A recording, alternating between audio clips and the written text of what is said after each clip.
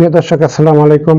প্রিয় দর্শক, Ukraine Russia যুদ্ধ, দুটো দেশই যুদ্ধ করতে করতে আসলে তাদের অর্থনীতিটা আর এরকম একটা পর্যায়ে চলে গেছে যে দুটো দেশ আমার মনে হয় যে এখন কেউ চাচ্ছে না যে এই যুদ্ধটা আর সামনের দিকে যাক।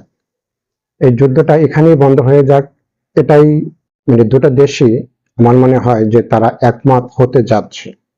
প্রিয় দর্শক, আমি গত কিছুদিন আগে একটা ভিডিও দিয়েছিলাম যে রাশিয়া ইউক্রেন যুদ্ধ যদি বন্ধ করতে হয় তাহলে এখানে রাশিয়ার প্রেসিডেন্ট তার মতামতটাই এখানে মেন, এবং রাশিয়া যদি এই যুদ্ধটা বন্ধ করতে না চায় তাহলে এখানে ইউক্রেনের প্রেসিডেন্টের জন্য একটা ভালো পরামর্শ ছিল, সেটা হলো যে ইউক্রেনের প্রেসিডেন্ট যদি এই চায়নার শরণাপন্ন হয় অর্থাৎ চায়না সফর করে, সেক্ষেত্রে এই যুদ্ধটা বন্ধ হতে পারে। তবে আহ চায়না সফরটা মূল বিষয় না, মূল বিষয় হলো ইউক্রেনের প্রেসিডেন্ট উনি যদি আন্তরিকতা থাকে যে যুদ্ধটা এখানেই বন্ধ করব, তাহলে আমার মনে হয় যে তিনি রাশিয়ার প্রেসিডেন্টের সাথে কথা বলে এই যুদ্ধটা তারা দুজনেই এখানে বন্ধ করতে পারে।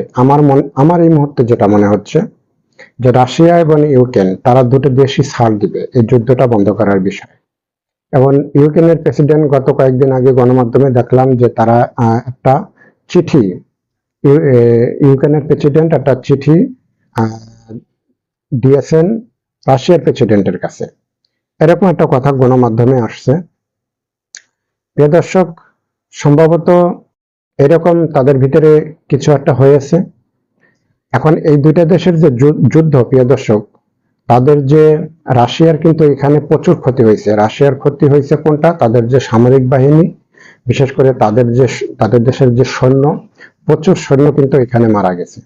কিন্তু ইউক্রেনের সৈন্য ওই তুলনায় আমার যেটা মনে হয় লিগ্যাল কথা, আমি রাশিয়াকে সাপোর্ট করি ঠিক আছে, কিন্তু তার জন্য আমি রাশিয়ার বিষয়ে যদি বলি যে রাশিয়ার মাত্র কয়েক ডজন সৈন্য মারা গেছে, তাহলে কি এটা লিগ্যাল হবে? হবে না। মেন কথা হলো যে রাশিয়ার সৈন্য প্রচুর মারা গেছে এবং ইউক্রেনের সৈন্য কম মারা গেছে, কিন্তু ইউক্রেনের আবার অবকাঠামোর ক্ষতিটা খুব বেশি হয়েছে। এখন রাশিয়ার সৈন্য বেশি মারা যাওয়ার কারণটা কি? যে রাশিয়া তো অনেক দূরের থেকে ইউক্রেনের কাছাকাছি এইসব যুদ্ধ করছে, যার কারণে রাশিয়ার সৈন্য এখানে প্রচুর মারা গেছে। এজন্য দুইটা দেশেরই যুদ্ধ চালাই নেওয়ার মতো পরিস্থিতি একেবারে নাই বললেই চলে। যেরকম রাশিয়ার তার প্রচুর সৈন্য হারাইছে, একদিকে এইটা ক্ষতি, অন্যদিকে হলো তাদের অর্থনৈতিক যে একটা ক্ষতি, তারপরে তাদের সাধারণ মানুষের যে একটা ক্ষতি হয়েছে, এবং সাধারণ মানুষের বেশি ক্ষতি হয়েছে ইউক্রেনে।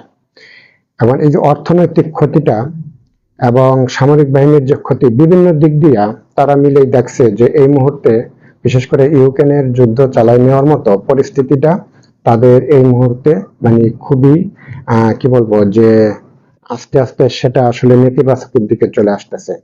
তা আমার মনে হয় যে এই যুদ্ধটা ওই ইউরোপ বলি আর জাতিসংঘই বলি, এই যুদ্ধটা আসলে তারা বন্ধ করতে পারবে না।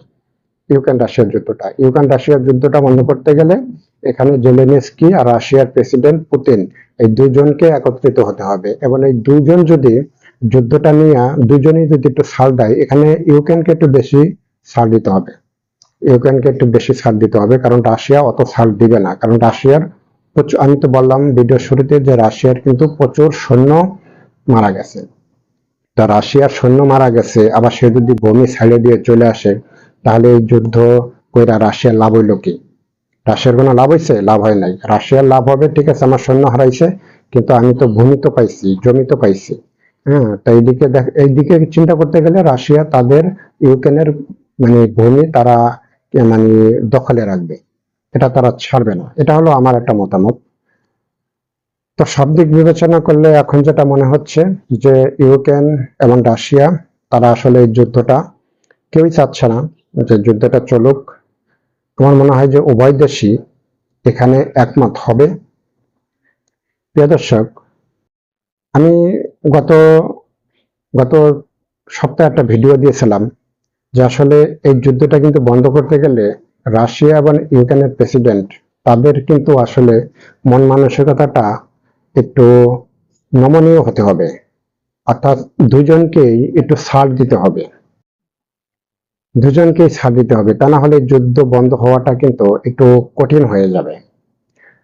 তো প্রিয় দর্শক, যদি আমার ভিডিওটা ভালো লাগে, যারা ইউটিউবে দেখবেন তারা সাবস্ক্রাইব করবেন, আর যারা পেজে দেখবেন তারা সর্বোচ্চ লাইক, শেয়ার, কমেন্ট করবেন। আজ এ পর্যন্তই। সবাই ভালো থাকবেন, সুস্থ থাকবেন। আসসালামু আলাইকুম।